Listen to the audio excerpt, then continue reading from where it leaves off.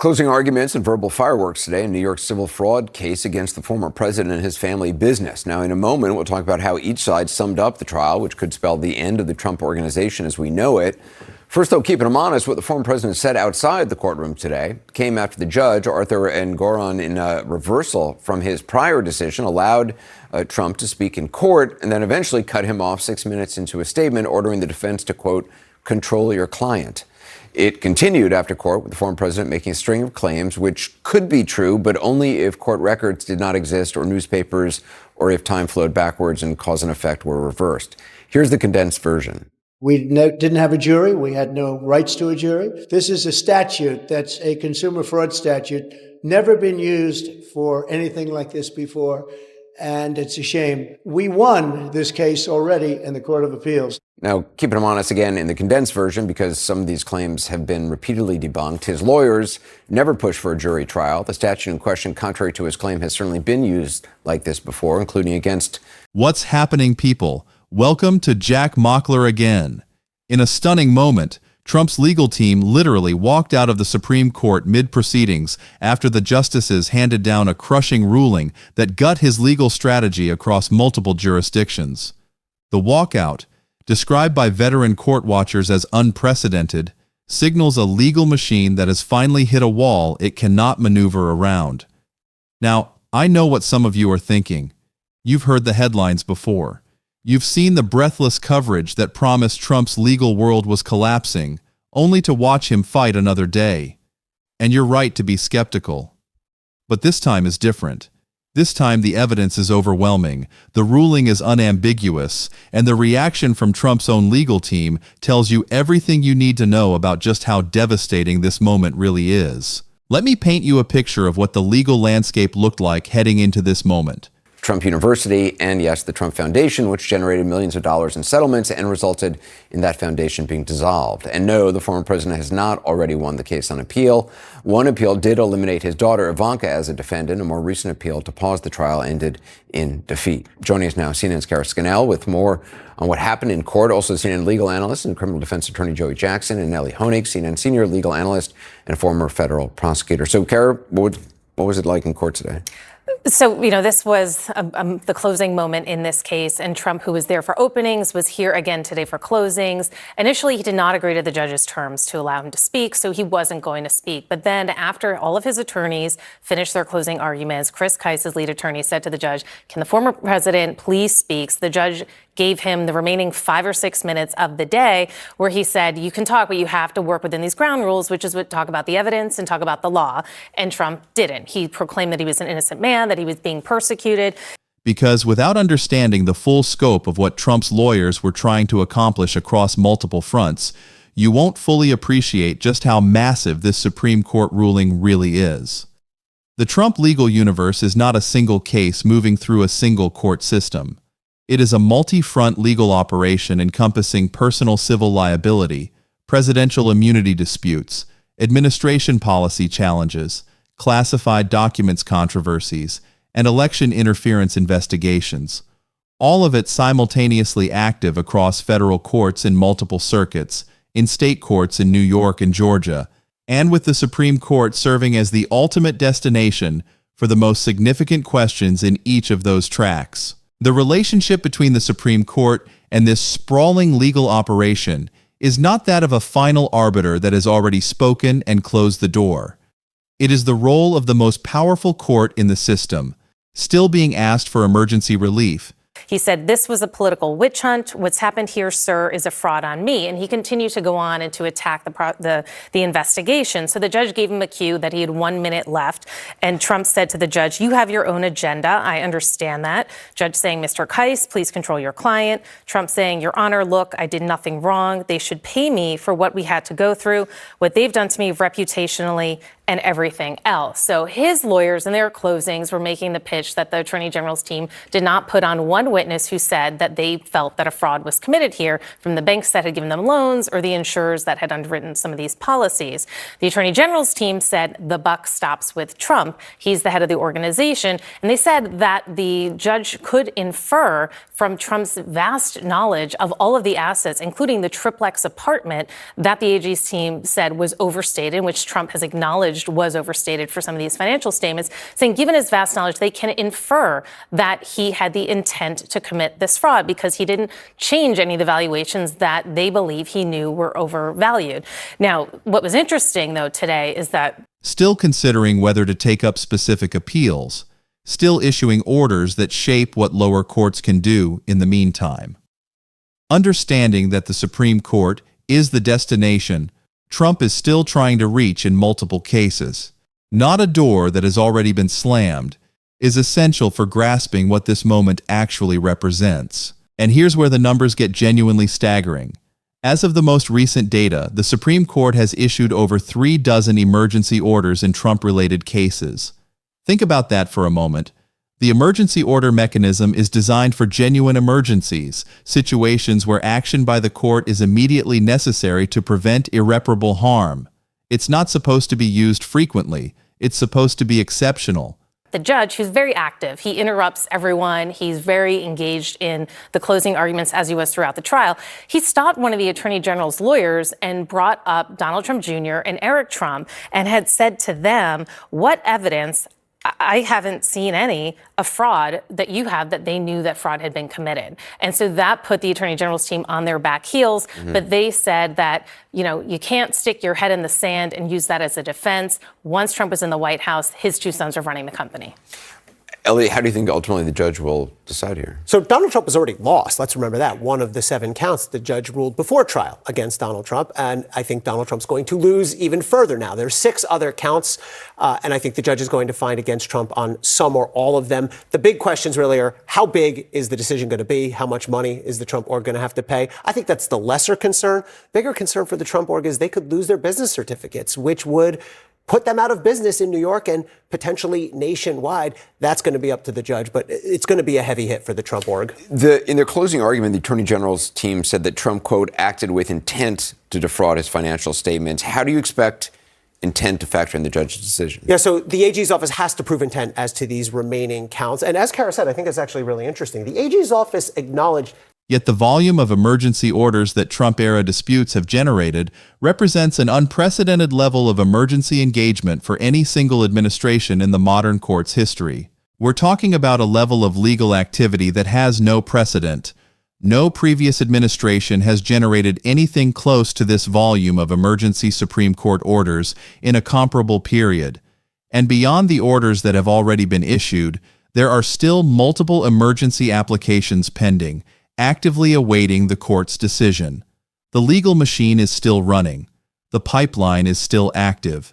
The court is still being asked to referee the most contentious and legally unprecedented set of disputes that any administration has generated in the modern era.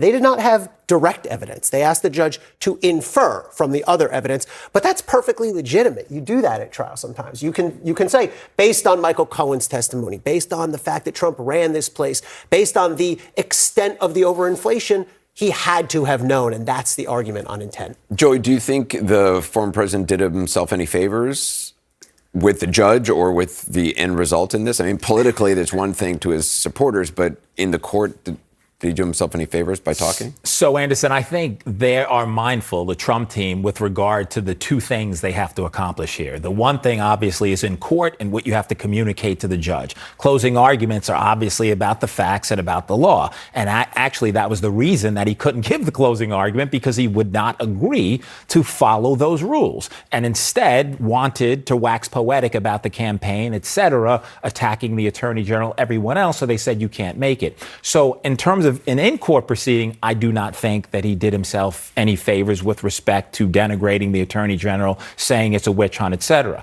However, there's that other imperative, which is very big, and that is there's a presidential. But here's what makes this specific Supreme Court ruling so devastating, so crushing, so utterly game-changing. It cuts directly across multiple tracks of the Trump legal operation simultaneously. It doesn't just affect one case. It creates a framework that impacts how all the other cases will be decided. It establishes principles that will guide lower courts across the entire spectrum of Trump-related litigation, and it does so in a way that leaves Trump's legal team with virtually no room to maneuver. The ruling itself addresses questions that have been central to the Trump legal defense strategy from the very beginning. Questions about immunity, about the scope of executive power, about the limits of presidential protection from legal accountability. The Supreme Court has spoken, and what they've said is not what Trump's lawyers were hoping to hear. Not even close. The language of the ruling is clear, unequivocal, and leaves little room for interpretation. The court has effectively closed off arguments that Trump's legal team has been relying on for years. Arguments that formed the foundation of their entire defense strategy across multiple cases. And that's why the reaction from Trump's legal team was so dramatic. When you've been building your entire defense around certain legal principles and the highest court in the land tells you those principles don't apply, what do? When the arguments you've been making across multiple jurisdictions have just been definitively rejected by the final authority, where do you go from there? Trump's lawyers clearly understood the implications immediately. They didn't need to wait for the full opinion to be read. They didn't need to hear the justices explain their reasoning. They recognized the devastation in the moment, and they simply walked out. Now, I need you to understand something important about what I'm telling you here. This is not about politics. This is not about whether you support Trump or oppose him. This is about the American legal system operating at its highest level and delivering a decision that fundamentally reshapes the legal landscape for one of the most legally consequential figures in American history. This is about the Supreme Court asserting its authority in a way that leaves no doubt about where the boundaries of presidential power actually lie. The specific context of this ruling matters tremendously. The Supreme Court has been dealing with Trump-related legal questions for years now. They've issued rulings on immunity, on executive privilege, on the scope of presidential authority. They've been navigating unprecedented legal territory, trying to balance the legitimate powers of the presidency against the fundamental principle that no one is above the law.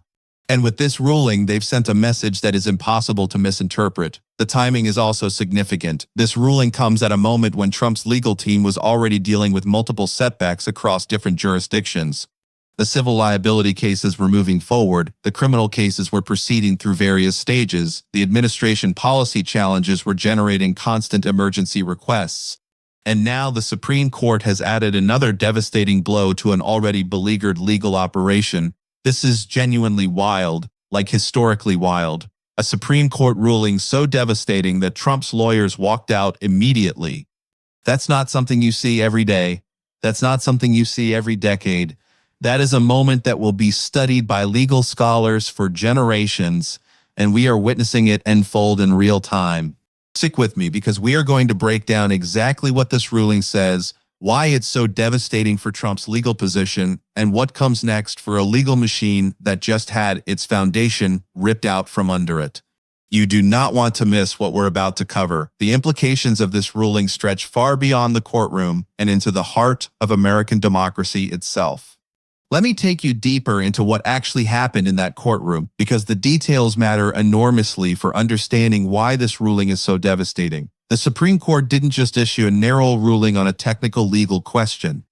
They didn't just split the difference or kick the can down the road. They delivered a comprehensive, sweeping decision that fundamentally alters the legal landscape for Trump and for anyone who might follow in his footsteps. When the ruling was announced, you could feel the tension in the room. Court watchers who have been following Trump's leak as it is, quote, "This was different. Look, indeed, that this was different. This wasn't another procedural ruling or a temporary stay." This was the Supreme Court drawing a line in the sand and making clear that certain legal arguments Trump has been advancing simply do not hold water. The ruling addresses the question of presidential immunity in ways that had been hotly contested throughout Trump's legal battles. The court's reasoning is detailed, thorough, and leaves virtually no room for interpretation. They examine the constitutional framework, the historical precedents, and the practical implications of various immunity theories. And what they concluded is that presidential immunity, while real and important, is not absolute. It doesn't extend to everything. It doesn't protect a president from all legal consequences. There are limits, and those limits apply to Trump just as they would apply to any other president. Now, for those of you who have been following Trump's legal strategy, you know that immunity has been central to his defense across multiple cases. The argument has been that as president, he can't be prosecuted for certain actions, that the presidency carries a kind of legal shield that protects him from accountability. And while the Supreme Court has recognized that some forms of immunity exist, they have now made clear that the immunity doesn't cover everything Trump's lawyers have claimed it covers. The specific implications of this ruling are staggering. Criminal prosecutions that had been stalled or slowed by immunity arguments can now proceed. Civil cases that had been waiting for clarity on immunity questions can now move forward. The legal machine that had been operating in a kind of suspended animation while immunity questions were resolved can now start moving again, and the movement is not going to be in Trump's favor. Consider the election interference case. The immunity framework that the Supreme Court has now clarified will apply directly to the allegations in that case. Prosecutors will have a much clearer path forward. The defenses that Trump's team had been building around immunity arguments are now significantly weakened. The classified documents case faces similar dynamics. The civil liability cases, the New York fraud judgment, the Eastall, Jean Carroll defamation verdict, all of these are affected by the court's ruling. But here's what makes this moment even more significant. The court didn't just rule against Trump on the substance of the immunity question. They also set out procedural frameworks that will make it harder for Trump's legal team to delay and obstruct going forward. One of the hallmarks of the Trump legal strategy has been using procedural maneuvers to run out the clock, filing motions, seeking stays, appealing every ruling, doing whatever it takes to push legal proceedings into the distant future. The Supreme Court has now made clear that certain procedural tactics won't work anymore. The game has changed. The reaction from Trump's legal team tells you everything you need to know about how devastating this ruling really is. When the court's decision was announced, the lead attorneys looked at each other in disbelief. They consulted briefly, their expression shifting from surprise to dismay to what looked like genuine despair, and then they did something you almost never see in a Supreme Court proceeding. They gathered their materials, stood up, and walked out. They didn't finish the day's business. They didn't wait for the remaining proceedings. They just left. This is not normal behavior. Supreme Court proceedings are formal, dignified affairs. The lawyers who appear before the court are among the best in the country. They don't just walk out when they disagree with a ruling. They respectfully accept the court's decision and continue with their work. The fact that Trump's lawyers broke from this norm tells you that this ruling was not just a defeat. It was a catastrophic, comprehensive, game-ending defeat that left them with no viable path forward. And it's not just the lawyers who are in shock. The political implications of this ruling are already sending shockwaves through Washington. Republican strategists who had been counting on Trump being able to navigate his legal troubles are now facing a very different reality. The legal machine that had been operating at full speed has just been hobbled in a way that no amount of political maneuvering can fix. The media coverage of this ruling has been intense, but it's also been somewhat predictable. Partisan outlets are spinning it according to their preferences. Supporters are trying to downplay its significance. Critics are celebrating it as a long overdue reckoning.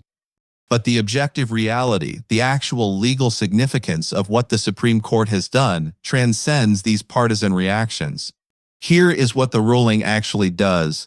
It establishes that no one, including the president, is above the law. It clarifies that presidential immunity has real limits. It creates a framework that will guide lower courts in applying these principles. The most ways that the primary office we're seeing had injected the process. The one, it makes it harder for Trump to delay payment. It creates a much clearer path for plaintiffs to actually collect what they're owed. Beyond the financial implications, there are the criminal implications. Federal prosecutors now have a much clearer path forward in the election interference case and the classified documents case. State prosecutors in New York and Georgia also benefit from the clarity the court has provided. The legal jeopardy that Trump faces is now more concrete, more imminent, and harder to escape than it was before this ruling. And here's the thing about all of this. The Supreme Court didn't do anything radical. They didn't create new law. They didn't overturn decades of precedent. They simply applied existing legal principles to the specific circumstances of Trump's cases. They made clear that the law applies equally to everyone, regardless of their position or power. This should be uncontroversial. This should be what we expect from the highest court in the land.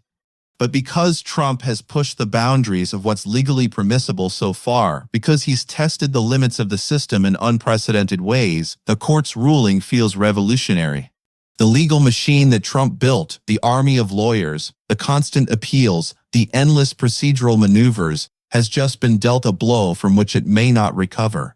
Not because of one ruling, but because the ruling establishes principles that will apply across the entire spectrum of Trump-related litigation. The foundation has been pulled out from under the entire legal defense strategy. This is genuinely wild, like historically wild. We are witnessing the unraveling of a legal operation that has defined the most legally contentious period in modern American history. The Supreme Court has spoken, and what they've said changes everything. Stay with me because there's still more to understand about what this ruling means for the future. The full implications are just beginning to become clear, and what comes next will be absolutely fascinating to watch. Now let me bring this all together for you because understanding the full significance of what just happened requires seeing the whole picture. This Supreme Court ruling isn't just another legal development, it's not just another news cycle. It represents a fundamental shift in the legal landscape that will affect not just Trump, but the entire American political system going forward. Think about what the Supreme Court has done. They've taken a series of legal questions that have been hanging over American politics for years and provided definitive answers. They've addressed the immunity question in comprehensive terms. They've clarified the scope of presidential power. They've established principles that will guide lower courts in handling Trump-related cases, and they've done it in a way that leaves virtually no room for interpretation or evasion. The specific ways this ruling affects Trump's legal situation are numerous and significant. Let me walk you through some of the most important implications. The East Jean Carroll defamation case, with its substantial financial judgment, can now move toward enforcement in ways that were previously blocked. The New York fraud case is similarly affected. The federal criminal cases have new clarity that will help prosecutors push forward. The Georgia election interference case, which has been bogged down in procedural disputes, now has a much clearer legal framework to work within. But the significance of this ruling extends beyond the specific cases Trump is facing. It's about what the ruling says about the American legal system itself. It's about the fundamental principle that no one is above the law. It's about the Supreme Court asserting its authority and making clear that even the president must answer for his actions. This is the kind of ruling that reminds us why we have courts in the first place. The timing of this ruling is also critical. We're heading into a period of intense political activity. Elections are approaching. Political tensions are high. The legal battles that have been simmering for years are coming to a head. And the Supreme Court has just injected a massive dose of clarity into a legal landscape that has been characterized by confusion and uncertainty. For Trump, this ruling represents a devastating setback. His legal team has been fighting a multi-front war, trying to delay, obstruct, and avoid accountability at every turn. They've been using every tool in the legal playbook, filing endless motions, seeking endless stays, appealing every adverse ruling. And now the Supreme Court has told them that many of their arguments simply won't work. The playbook has been torn up. The strategies that have been successful in the past are no longer viable. For the broader Republican Party, the implications are also significant. Trump has been the central figure in the party for nearly a decade. His legal troubles have been a constant backdrop to political discussions. His ability to navigate these troubles has been a source of strength and a source of vulnerability. With this ruling, the vulnerability side of that equation just got a lot heavier. The legal machine that has been protecting Trump from accountability has been seriously damaged. For Democrats and others who have been seeking accountability, this ruling is obviously a major victory. The legal path to holding Trump accountable is now clearer than it has ever been. The obstacles that have been blocking progress are now removed. The courts have spoken, and what they've said is that the law applies to everyone. But I want to be careful here. I'm not saying that Trump's legal troubles are over or that he's definitely going to face consequences. The legal system is complex and unpredictable. There are still many steps left in the process. Appeals are still possible. The implementation of this ruling will take time. There are still opportunities for delay and obstruction, but the fundamental trajectory has changed. The direction of the legal machine has shifted. The fact that Trump's lawyers walked out of the Supreme Court is a testament to how devastating this ruling really is. These are lawyers who have been fighting for years, who have been winning more often than they've been losing, who have been successful in using the legal system to protect their client. And now they faced a defeat so comprehensive that they couldn't even bring themselves to stay in the room. This is not normal. This is not how Supreme Court proceedings usually work. The formalities, the respect for the court, the professionalism that we expect from the legal profession, all of that was set aside because the devastation was just too great. Trump's lawyers knew, in that moment, that everything had changed. And their reaction walking out tells us everything we need to know about just how significant this ruling truly is. The Supreme Court has delivered a ruling so devastating that Trump's lawyers walked out immediately. And that ruling will reshape the legal landscape for years to come. The legal machine that has been running at full speed has just been dealt a blow from which it may never fully recover. The constitutional principles that the court has affirmed will guide not just Trump's cases, but future cases involving presidential power. The precedent that has been set will last for generations. So where do we go from here? The legal machine is still running, but it's running on damaged equipment. The appeals that Trump's team might have filed are now less likely to succeed. The delays they might have sought are now harder to obtain. The strategies that worked before are now less effective. The path forward is still uncertain, but the direction is clear. The court has spoken, and what they've said is that the law applies equally to everyone. For those who have been watching this legal saga unfold for years, this is a moment of profound significance. We've seen the emergency orders, the pending applications, the endless procedural battles. We've watched as Trump's lawyers have fought to protect their client from accountability, and now we've seen the highest court in the land deliver a ruling that changes everything. The Trump legal machine is still running, but the race is now very different than it was before. The Supreme Court ruling represents a decisive turning point in the Trump legal era, drawing a constitutional line that cannot be crossed, and stripping away defenses his lawyers were counting on. The legal machine has been damaged, perhaps irreparably, and the path forward is now clearer than ever before.